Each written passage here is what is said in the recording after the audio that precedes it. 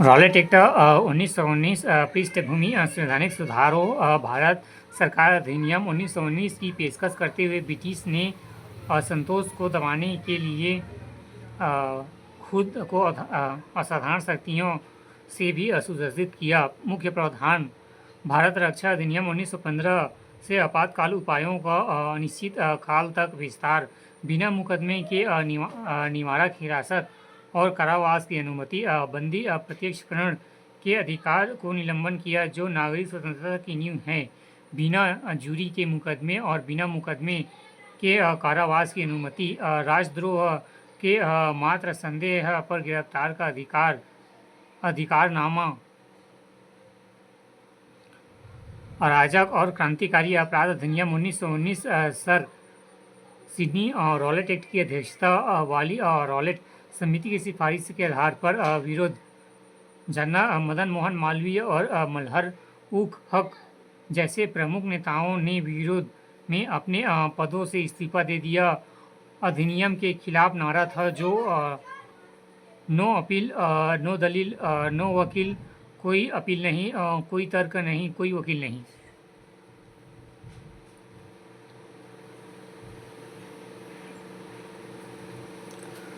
Rowlatt act के खिलाफ सत्याग्रह: गांधी ने रॉलेट एक्ट को काला कानून कहा और तर्क दिया कि अगर अलग थलग राजनीतिक अपराधों के कानून समूह सजा अन्यायपूर्ण थी। उन्होंने एक सत्याग्रह सभा का आयोजन किया और होम रूल लीग और पैन इस्लामवादियों के सदस्यों को एक साथ लाया।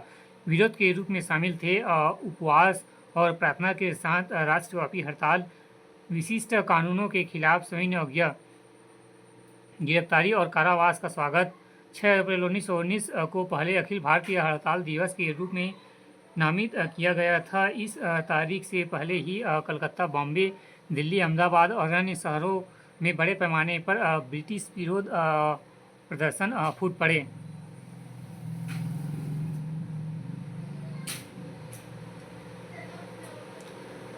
जलियांवाला बाग हत्याकांड: 13 अप्रैल 1919 बैसाखी के दिन भारतीय इतिहास की सबसे दुखद घटनाओं में से एक पंजाब के अमृतसर में जलियांवाला बाग कांड हुई।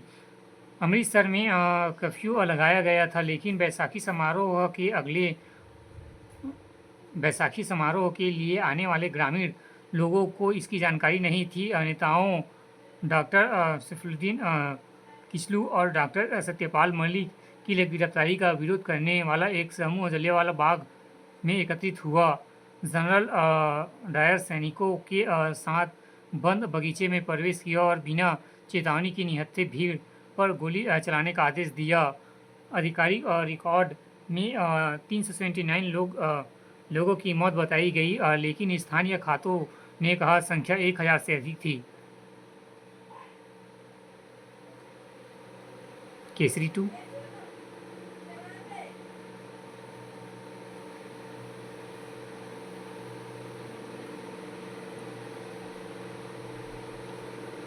Hunter commission: in the responses to the Jallianwala Bagh